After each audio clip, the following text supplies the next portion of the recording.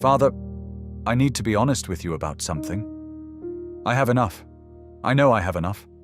There is food on my table. There is a roof over my head. My children are safe. But it doesn't feel like enough. I look around and everyone else seems to have more. Better homes, better cars, better vacations, better lives. And I know comparison is a trap. I know it in my head. But my heart hasn't caught up. So I'm bringing this to you. Not the version of me that has the right answers, the real version. The one who feels behind, the one who wonders if I'm doing something wrong, the one who is tired of watching others get what I've been praying for. Lord, your word says, keep your lives free from the love of money and be content with what you have, because God has said, never will I leave you, never will I forsake you.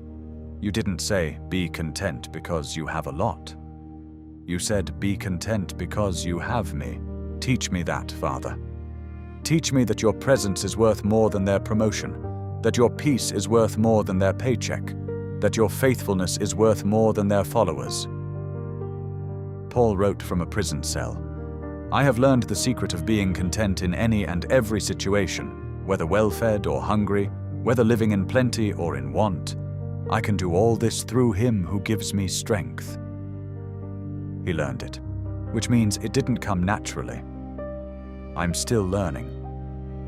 So right now, in this moment, I choose gratitude.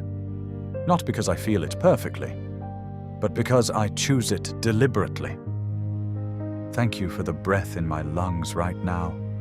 Thank you for the bed I slept in last night. Thank you for the people who love me, even when I forget to notice them because I'm too busy noticing what I don't have. Thank you for the work I have, even when it doesn't pay what I wish. Thank you for the food I ate today, even when it wasn't what I wanted. Thank you for the shoes on my feet, the water in my tap, the door I can lock at night. Father, protect my heart from comparison.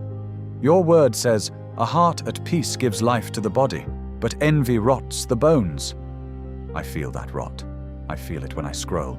I feel it when I hear someone else's good news and my first thought is, why not me? Replace that rot with gratitude. Replace that envy with celebration. Help me be genuinely happy for other people's blessings, without making their blessings an indictment of my own life. Tonight, I declare over my life the most powerful financial statement a human being can make. I have enough. Not because my account is full, because my God is faithful.